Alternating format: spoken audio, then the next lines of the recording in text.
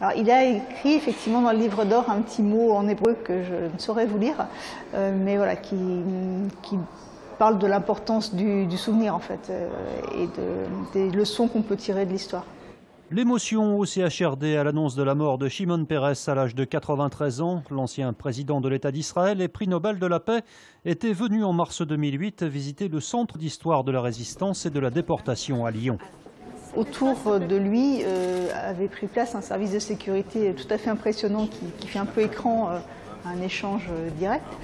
Et paradoxalement, je me souviens de quelqu'un de simple et accessible, d'autant plus accessible qu'il parlait un bon français, que c'était facile d'échanger avec lui sur des sujets pourtant complexes.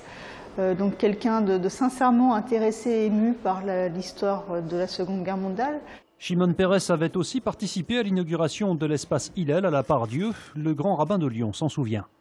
Il avait été impressionné dans son discours par la présence de l'ensemble des religions monothéistes, en disant que c'était merveilleux de venir à Lyon, en voyant le cardinal, les représentants des églises, les représentants de l'islam, et avec le grand rabbin, que tous étaient main dans la main et qui rêvaient qu'au Proche-Orient puisse un jour vivre également dans cette ambiance de paix.